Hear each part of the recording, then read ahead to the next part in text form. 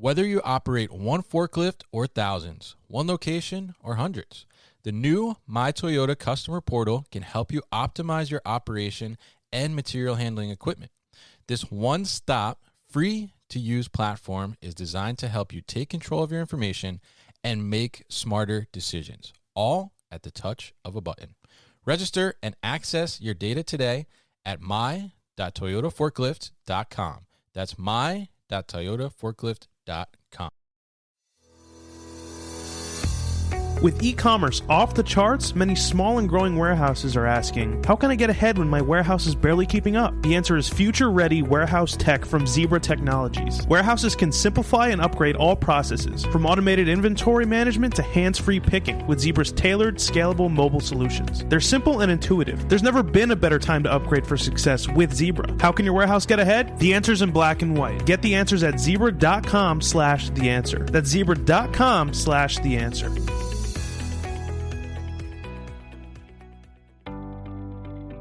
Fulfillment demand continues to skyrocket and outpace available labor. To keep up, warehouse operators are turning to flexible fulfillment solutions like 6 River Systems. Utilizing 6 River Systems' award-winning combination of collaborative robots, artificial intelligence, and operational expertise will make your associates and wall-to-wall fulfillment workflow more efficient. No new infrastructure, no change to warehouse layout, easy to deploy and scale, easy to train and retain associates, all at half the cost of traditional automation. Want to take your fulfillment operation to the next level? Go to www.6river.com to learn more. That's www.6river.com to learn more.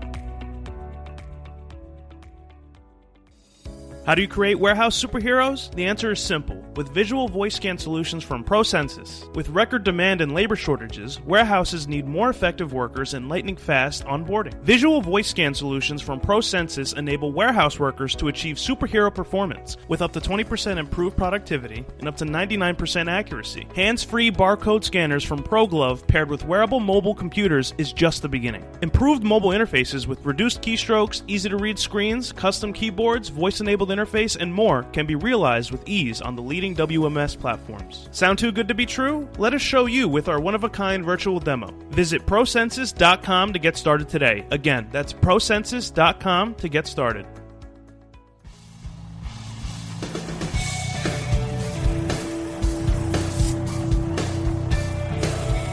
The New Warehouse Podcast, hosted by Kevin Lawton, is your source for insights and ideas from the distribution, transportation, and logistics industry.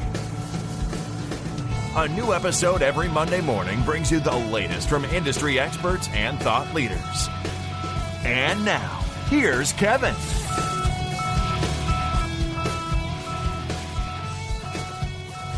Hey, it's Kevin Lawton with the New Warehouse Podcast, bringing you a special episode today.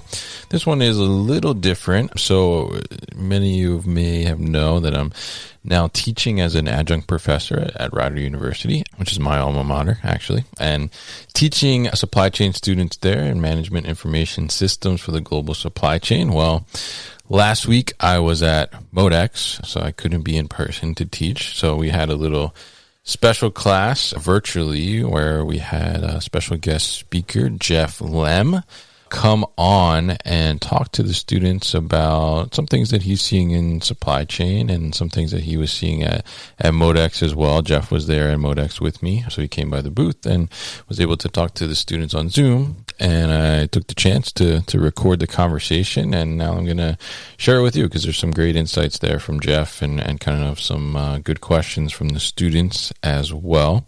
So Jeff is a previous guest of the podcast. He's the president at Portable Intelligence, which is a warehouse management system company. They do a couple other things as well. Jeff is also the author of the book, Your Warehouse is Not Your Fridge, which is a very interesting book. In the process of reading it right now, actually, so I will give you further information when I complete that.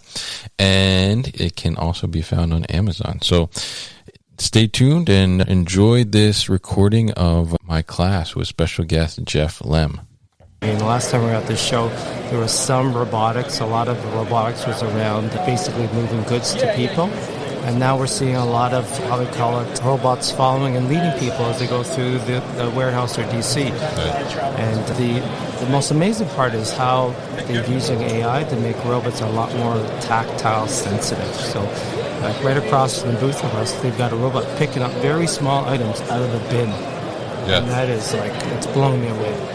Yeah, definitely. I think interesting because they have to recreate the grip of the hand, right? Which is something that's very difficult in the robot space, right? Yeah, it's they're picking up a wide variety. And the interesting thing they're doing as well, they're combining it with computer vision, so the robot knows automatically how much pressure to apply to these items.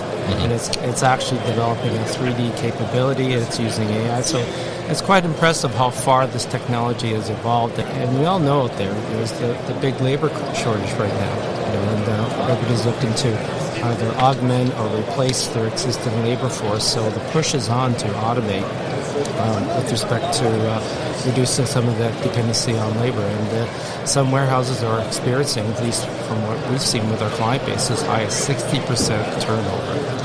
And they've been growing like crazy during this pandemic because they're moving towards e-commerce. And they're actually having to redo their warehouses away from, say, doing case picks or picks in bulk or whatever, and now they're picking in niches. So they're putting in new racking configurations. They're putting in basically the ability to pick any smaller orders. They're moving away so much from big wave picks. So they're seeing a wholesale change in terms of warehouse design, in terms of warehouse workflow. At the same time, they're having trouble finding people and retaining people. So it's an interesting situation, and the pressure on us as WMS providers is always trying to how are we going to start integrating some of these technologies into our WMS to do things like analytics, to incorporate things like AI to shorten the training and onboarding time of people, because right now a lot of these companies are turning to temp workers. Right. Because they can't find any permanent workers, so they don't want to invest a lot of time in these people. At the same time, they need to be productive ASAP. And again, you drop somebody in a 100,000 or 200,000 square foot warehouse, and it's very likely they're going to get lost. Yes, that's very true. You got to show them where they need to go. So you're talking about these labor shortages and stuff. So why don't you tell them a little bit about some of the things you're seeing here that are really kind of helping to address that? Yeah. So actually, it's a double-edged sword. The labor shortage is that certainly there hasn't been a lot of new immigrants coming in North America in the last few years. Whereas before they always depend on an abundance of immigration. That has been cut off the last few years, largely because of the pandemic. And so you're finding that there's a lot of pressure on these companies now to retain their existing workforce. And and fundamentally, how do they make the work more engaging? And one of the things they're doing is they're using the analytics to doing what they're calling gamification in some of the processes. So they're creating reward systems, they're creating recognition systems, and they're trying to move away from siloed workers, and they're trying to create people who basically create work situations where you can see what others are doing, and you can actually give a nod out or a shout out to that person. But more importantly, what these people need, by and large, is recognition. And the whole idea behind the big data that's available now is that you're able to see the productivity of everybody in real time. The big push, of course, is real-time data. There's a lot of sessions on here now about how you can use real-time data to actually improve warehouse processes. But I say go further than that, and how do you retain and engage and recognize some of your best performers? Yeah, I think it's a very interesting point, and we talk a lot about data in this class. So how is the importance of, kind of, I guess, adopting a lot of these new technologies to help address some of the issues we're talking about? How important is data in making those types of decisions? Yeah, well, the key thing is we need good data, and a lot of warehouses don't have the ability, they don't have the foundation to capture that good data easily. So you got to start, a lot of companies are transitioning to the cloud, because they're realizing their existing networks and servers don't have the capacity to push and move a lot of those data points into the cloud or into their existing servers. So they're moving on to the cloud. A lot of companies are looking at putting in IoT, which is sensors. So they're tying in their machinery to basically tracking cycles produced, they're tracking even dock doors opening. They're also using AI, of course, to try to model their best workers based on their real-time data. Right? And lastly, they're pushing it all into analytics. So BI analytics are all the rage right now, along with predictive analysis. So that's how people are now. The challenge with you guys out there in the supply chain is not only to understand the processes of what's happening in the DC or the warehouse, but to tie it all together and somehow bring sense to all these different data points, and also to help management make decisions as to how to best allocate resources, how to best allocate scarce inventory. And this has to be done, unfortunately, all in real time. Yeah, because everything never is stopping right in the supply chain. So on the AI front, because I know we have a couple students who are particularly interested in artificial intelligence and AI, tell us a little bit about how, in either a warehouse setting or a supply chain setting, how we're really able to utilize AI in a practical application and how it's being utilized right now. Yeah, sure. And the big challenge, and this is, goes with almost every WMS out there, and this is why there's a bit of a rethinking of what a WMS does or can actually capture by way of data. WMSs traditionally are set up on two principal technologies, barcoding and wireless. And I can tell you right now, barcoding and wireless are not great collectors of data. I mean, a barcode allows you to scan a part number very efficiently, but it doesn't really control the worker itself. So now we're rethinking how we capture data at the WMS side so that we can provide real-time information to decision makers. So, for example, simple as when did they actually start a pick? When did they actually finish a pick? Having those start and stop is really critical to understanding just how much time it took to pick, right?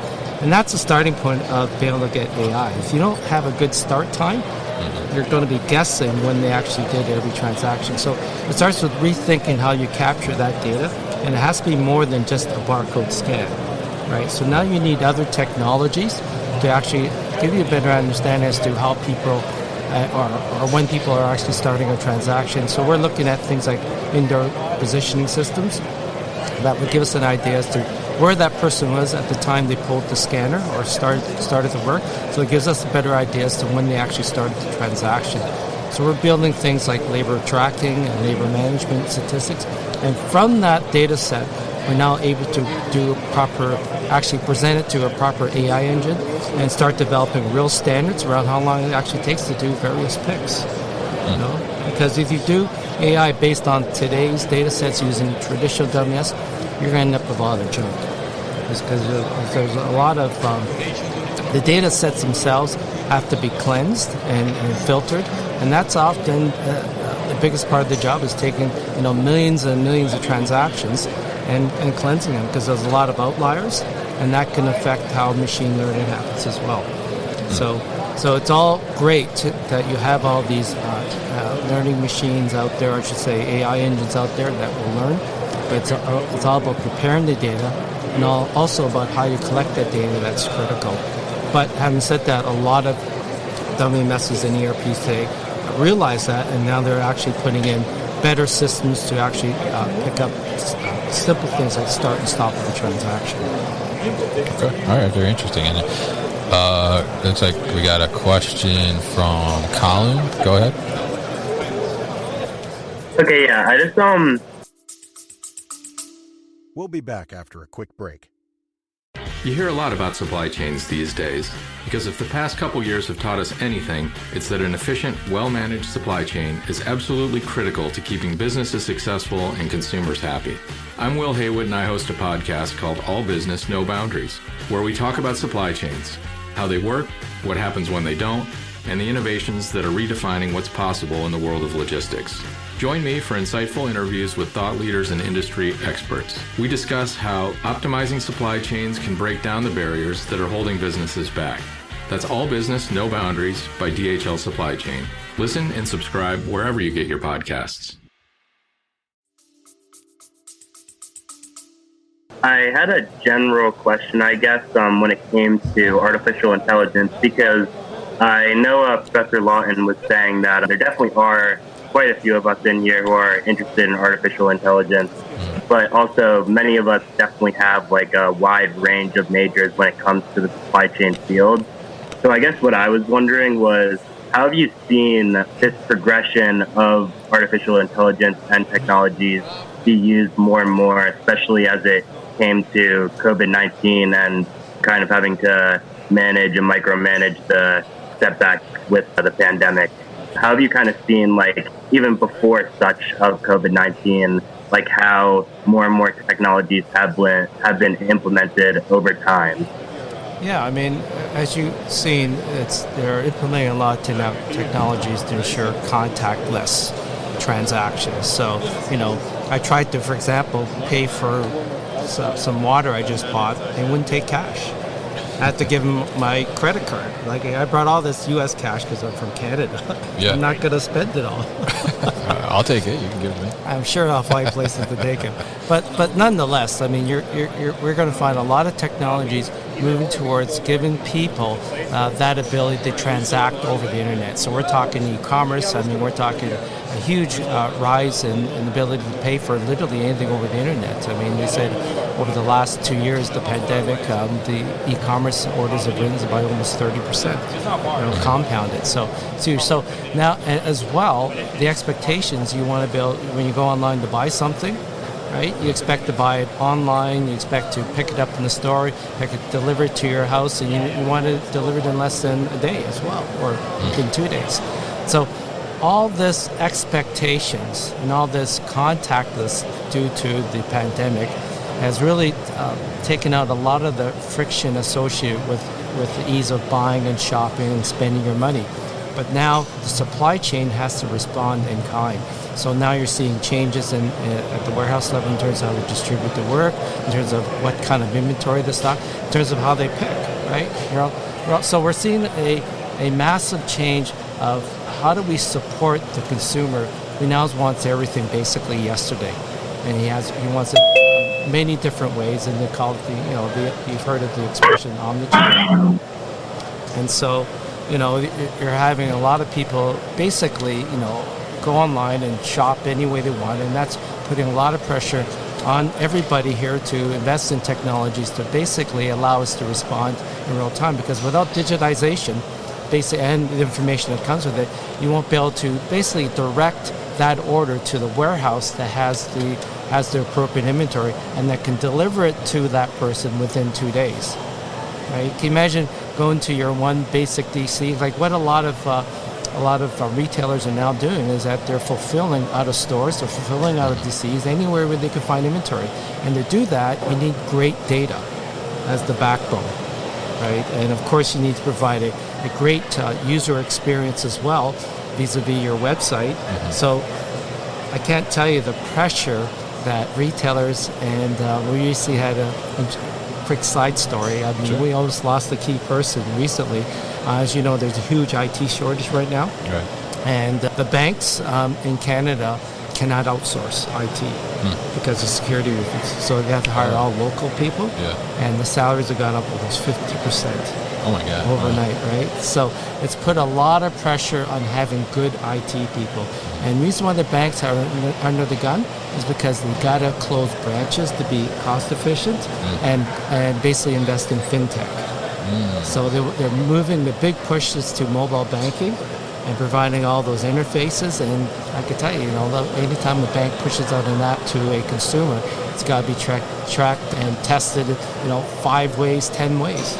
A lot more compliance. So basically, there is a lot of pressure right now, not only within supply chain, but within the IT world to basically, get up to speed with digitization and provide real-time data where it matters most. So the challenge for you guys out there is not only understand what supply chain does, but understand what technologies can do, but also be proficient in your deployment of these technologies, such that your customers are not going to be basically taking forever to deploy. It's all about speed to market now. Yeah, definitely. A 2-year project will get you killed, get you fired.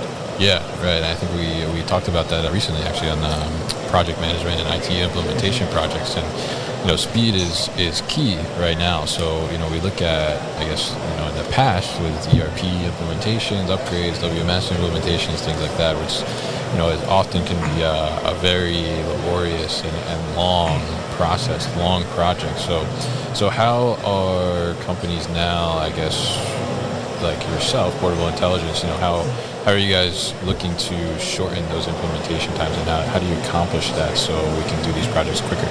Yeah. Believe it or not, the key is setting expectations right. I mean, we can add as much features as we want, and we'll never have a happy customer. Right? The key is framing and understand the scope of the project, such that the customer has an idea as to what they're trying to achieve, right? And not let scope creep get into the equation. And that's a tough balancing act to do.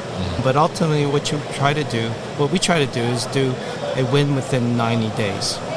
We find a lot of customers have ADD of sorts. Right. And if you don't get a win on the board within the first 90 days, things start going sideways. So if, a simple win might be able to, in our case, would be able to do, say, an inventory count. Let's go out there and count an aisle. Right? Let's do a quick cycle count. Well, let's be able to do some inbounding into the warehouse, right? And get some barcodes on some product and scanning and doing a put away. That would be a nice 90-day win, right? Or we have some customers who are going for the big bang, and then understandably it's a larger project. But again, bake in key milestones such that as you hit each milestone, the customers see that at the end of 6 months, we're going to be able to go live. So it's really critical managing expectations of customers during that process to not let additional requirements creep in, and basically reframe them in such a way that you can do them at a later date. Or, if the customer really wants them, then it's a question of what do you trade off on. And that's the skill in project management. It's really easy to follow the lead of the customer, but you find that your project could go over the edge of a cliff if you did that. Definitely, you don't want it to go over the edge of the cliff. Definitely not. So now I guess before we kind of get to the end here, we open up for questions as well.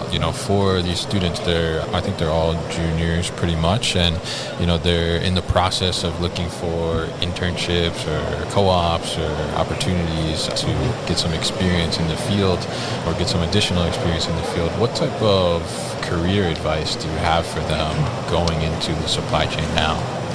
Yeah, so it's always one thing that will not go out of style, so to speak, is understanding a process, developing the skills to understand.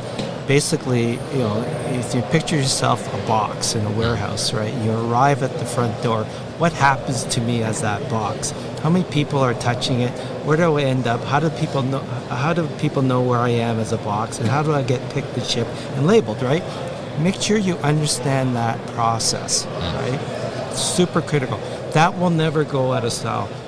What will change is, today the big flavor of the week is robots, right? Or cobots, as we see around here.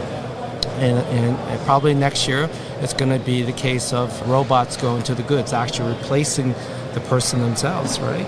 But it's understanding that process is going to probably give you a very, long career and successful career, because you're able to now take any new technology that comes out. It doesn't matter whether it's AI, IoT, big data, cloud.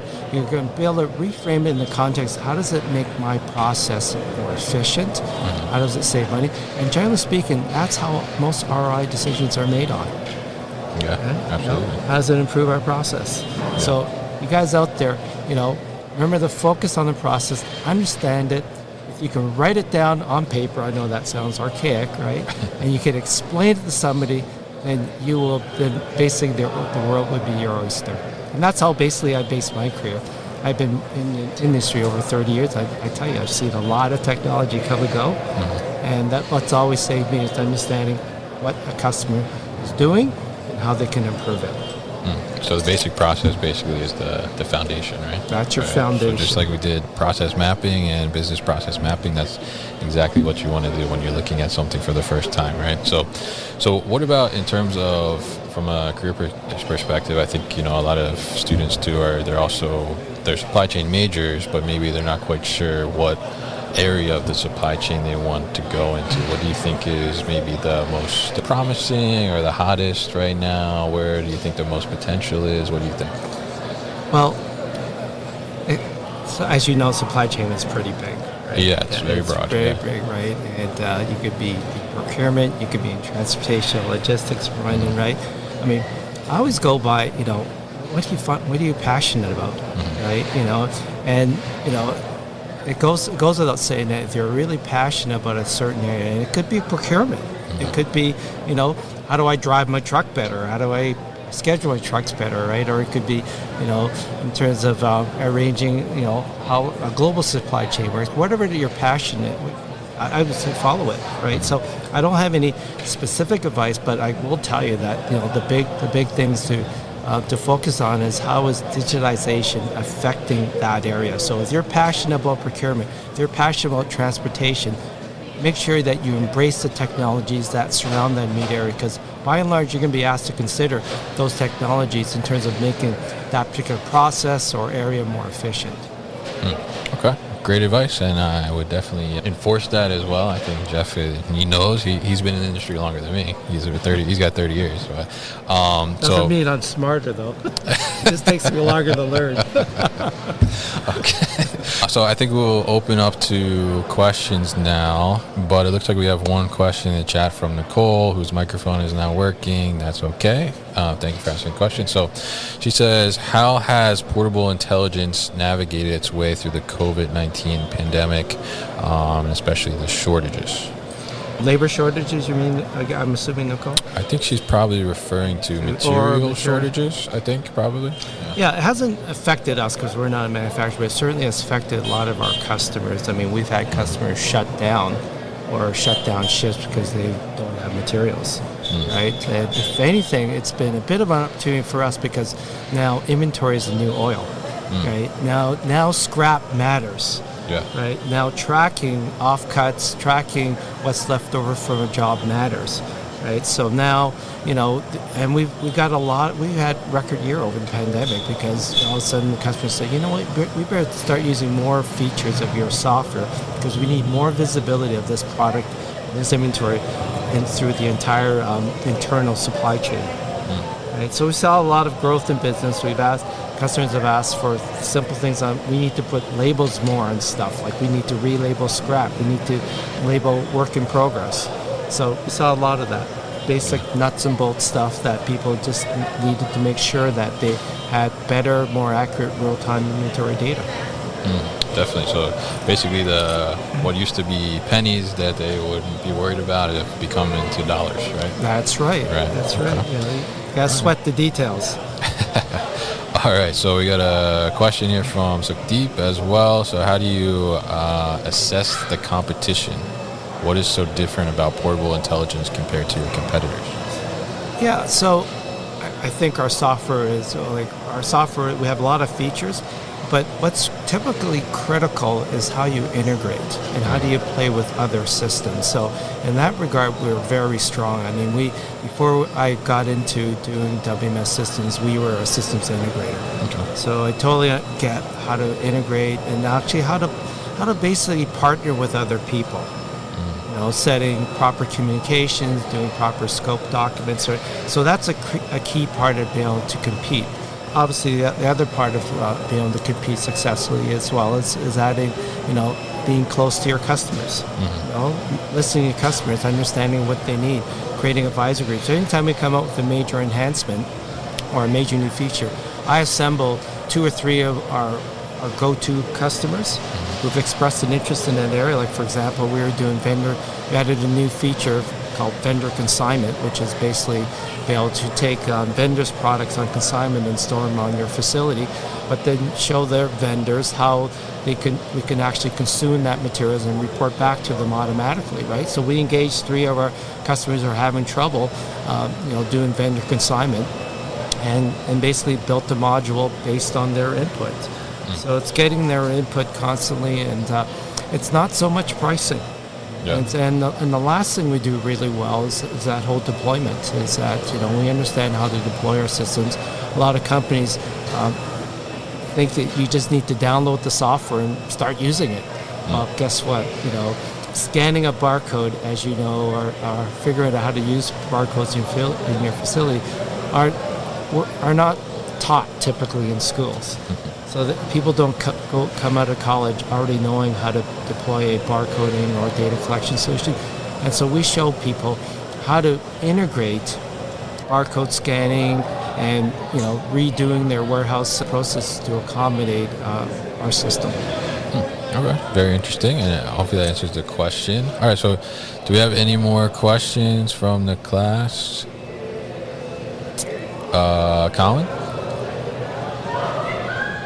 Yeah, honestly, I was actually just thinking about what you were just saying, Jeff, about integrating essentially new members of the supply chain field as we kind of get towards this coming of experience. And even though I feel like we're almost part of this technological generation, I feel like especially with how intensive and how intricate technologies and information systems have become over the years, it kind of, I feel like, leaves us almost a little confused as how exactly we should place ourselves in this whole supply chain field and what we should do to put our best foot forward and kind of making sure that we're not just kind of on standby and kind of in a backseat position when it comes to getting the actual experience. So I guess what I'm asking is, what advice would you give towards us prospective students in trying to understand this trade-off between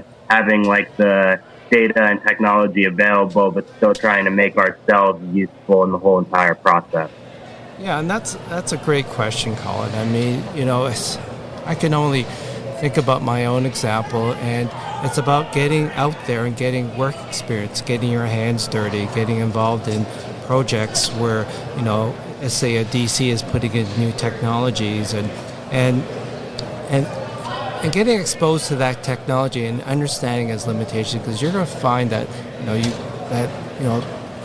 the four colors, glossies, or what you see on the websites aren't necessarily what gets delivered to the customer. There's a lot of, it's on the roadmap, or this is coming next quarter type reasons. So I found very quickly that there's always limitations to the technology. And the key thing you can do is understand those limitations quickly so that your customers, whoever you're working for, understands the impact that all of a sudden, if they're planning to be able to do a fuller or a larger role, it may have to be peeled back because certain features or capabilities aren't there. So the best advice I can give you, and I'm a big fan of this, is to get work out there as an intern. Start working in the supply chain itself, right? And that will lead you to what you're interested in. I mean, yes, you got to be very tech savvy, knowing social media and all that good stuff. Always encourage people to understand systems as well. Basically, understand basic systems architecture and how say cloud computing, IoT, big data, and AI work together. Because a lot of those four big technologies, they're going to be deployed all together. And you don't have to be a specialist, but you should have a basic grounding and understanding what those big four mean and how companies can use it. I don't know if that answers your question, Colin, but I don't have a magic bullet and say, go out and learn AI, because it's not for everybody. Because there's also cloud, there's also IoT, there's also big data and analytics. And everybody's... Yeah, I definitely think that does answer a bit of my question for sure. Thank you for that. I definitely appreciate your insight on that. All right. Any other questions out there? Nothing else? All right. Jeff, any closing thoughts you want to leave the students with? Yeah, I mean, it's a great time to be in supply chain. You guys have picked a fantastic career. There's a lot of changes, and if anything, I mean, supply chain wasn't even a thought. 20 years ago, supply chain was basically procurement, purchasing, how to beat your vendors down for the best pricing. Obviously, that's not the case anymore. Right. So, and embrace digitalization, because that's going to allow you people as supply chain specialists to really get into the C-suites and really make change. One of our customers, he gave me a quick story, a quick anecdote. He was in actual procurement. he bought a lot of boards and chips before the supply chain crush, right? And they make high-end home theaters for places like Best Depot, Best Buy, and stores like that. They had a record year over the pandemic because they had enough boards, enough chips, right? Well, he went from director of procurement, he's now president of the company. Wow. You made a good decision. Well, he made a lucky buy, because I pulled him aside. I said, Barrage, what's the secret? You came from out of left field and now you're our president. Because I've been working with this company over 10 years, and I've never met him. Wow. And then I met him at a game, right? We hosted a couple of customers to a hockey game. And, there he was, and I don't know you. Give me your life story. So we spent the whole second period talking. Yeah. I missed the second period. Oh, our team still won, but I got a new friend. Yeah. All right. That's a great story. So Jeff, I want to thank you so much for talking to the class here, and hopefully I got some good information from you, and obviously, very good knowledge that you bring to the table here in terms of the supply chain and what's happening out there. You're very in tune with it, I know. So I definitely encourage all the students to connect with you on LinkedIn, and all these students ask a couple questions, and no one asked if you have any internships available with you guys. So I'm surprised at that, but. Yeah, you're not going to get too many jobs you don't ask. Oh, let that be a lesson there for you guys. So, but thank you guys so much for joining. And then, Josh, you have a question real quick? Yeah. Can you guys hear me okay? Yeah. All right. Sorry, I was trying to find the raise hand button on Zoom. It's been a while. First, thank you for your time. And second, being at MODEX, and you talked about how much the industry has changed over the 30 years that you were involved in it. I was just curious, I'm sure you've walked by the stalls and seen some exhibits.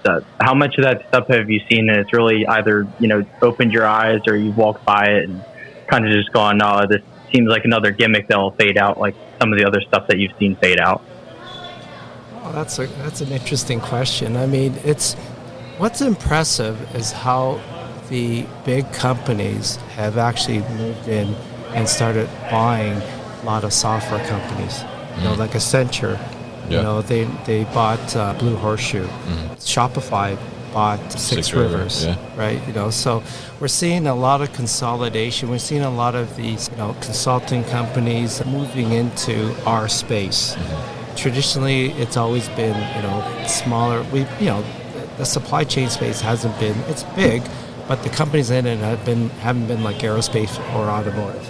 And that's now getting on that level. But to answer your question specifically, I mean, I love all technology. I go in it with an open mind. I don't see it as, maybe I'll see something as a fad or whatever, but I'll let them decide for themselves. So I embrace that technology. I try to find out what makes it tick, what makes it doesn't tick. I poke my finger in it, and then let it go from there. So I don't try to see anything as the next, fad, so to speak. I keep an open mind and try to learn about it and try to find out, does somebody actually use this? And if so, how do they use it? All right. Does that answer your question, John? Absolutely. Thank you. All right, guys. So thank you very much. And thank you to Jeff, definitely. You've been listening to the New Warehouse Podcast with Kevin Lawton. Subscribe and check us out online at thenewwarehouse.com.